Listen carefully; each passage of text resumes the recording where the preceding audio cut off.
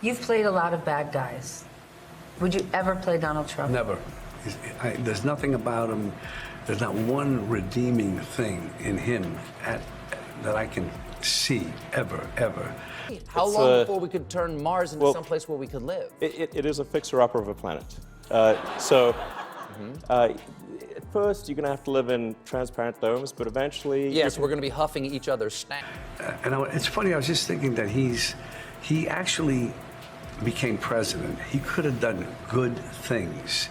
Instead, he had to do it all wrong. He's sick. He is really, genuinely a sick person that somehow has been allowed into our system. De Niro just dropped the mic with "respect is earned, not tweeted," while dismantling Elon Musk on live television. The acting legend didn't just criticize, he absolutely demolished Musk's entire persona in front of millions. From calling out Musk's failed Twitter rebrand to exposing his flip-flopping relationship with Trump, De Niro's takedown was surgical. We're analyzing every savage moment of this generational clash between old-school accountability and new-age billionaire ego. Before we move on, I'd like to ask you a small favor. If you appreciate this content, please take a second to like this video and subscribe to the channel. Over 98% of you watch the videos without subscribing. It costs you nothing, but it makes a huge difference to us. So, did you click the subscribe button?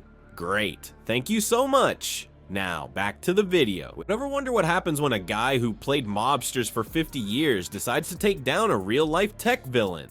Well, Robert De Niro just showed us, and it wasn't pretty for Elon Musk. This wasn't just criticism, it was a complete public execution that left the Tesla CEO's ego bleeding out on the floor. Does it give you some sense, not of joy, but of relief at least, that he's potentially facing some consequences? Because, as you've said before, this guy's a con artist, and he's gotten away with it for years. How long before we could turn Mars into someplace where we could live? It is a fixer-upper of a planet. At first, you're going to have to live in transparent domes, but eventually... Yes, we're going to be huffing each other's snacks.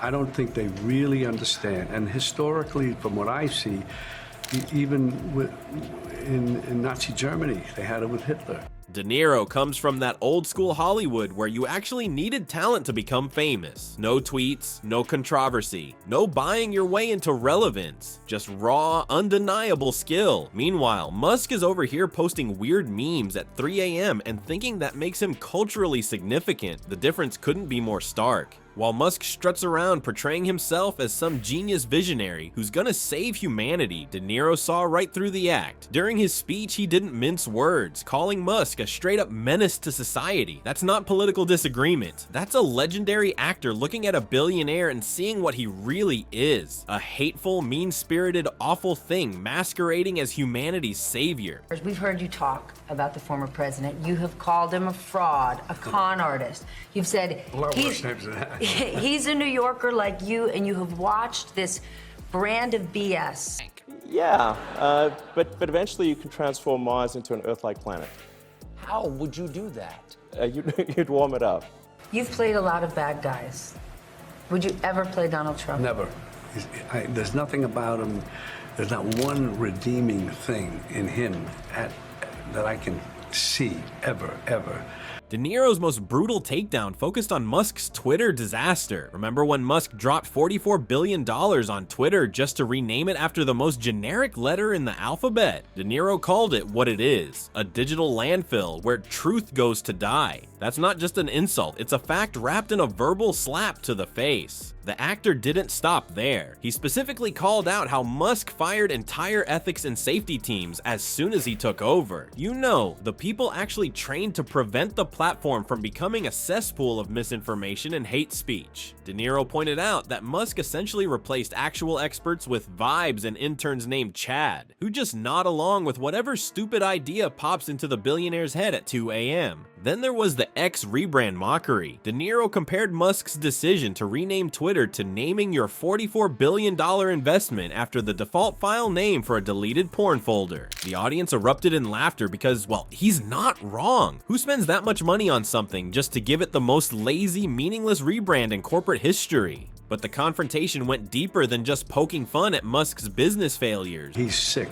He is really, genuinely a sick person that somehow has been allowed into our system.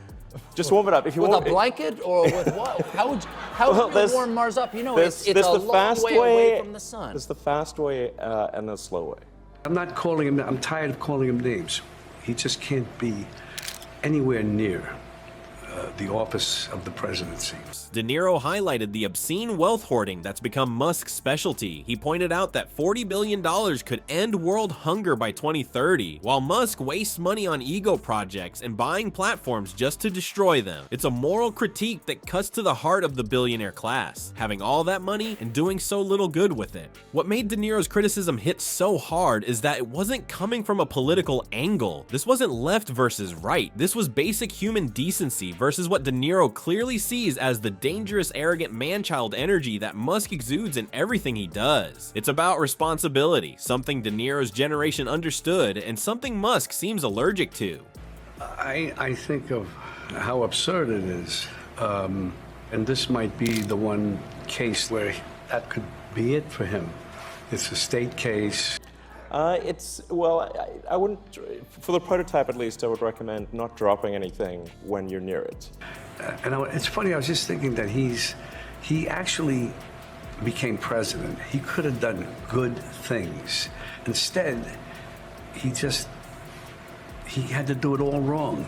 He's so, as we all know, so narcissistic and self-centered. The message De Niro delivered boiled down to one devastating truth. Being the richest guy in the room means absolutely nothing when nobody in that room actually wants to talk to you. All the money in the world can't buy respect. It can only rent attention, and lately the attention Musk gets isn't the kind anyone should want. As Musk continues his downward spiral on social media, trying desperately to remain relevant by posting increasingly bizarre content, De Niro's takedown serves as a reminder that old school accountability hits harder than any tweet storm. There's something powerful about a man who's earned his status over decades calling out a man who bought his way to the top. So what we're seeing here isn't just some random Hollywood feud, it's a masterclass in what happens when the ultra-wealthy get too comfortable. De Niro's takedown of Musk speaks to something deeper in all of us. That gut feeling when billionaires act like having money automatically makes them experts on everything from politics to pandemics. Let's be honest, Musk can post all the memes he wants and hide behind his army of tech bros, but at the end of the day, you can't algorithm your way into being respected. De Niro just reminded everyone that real authority comes from how you treat people, not how many zeros are in your bank account.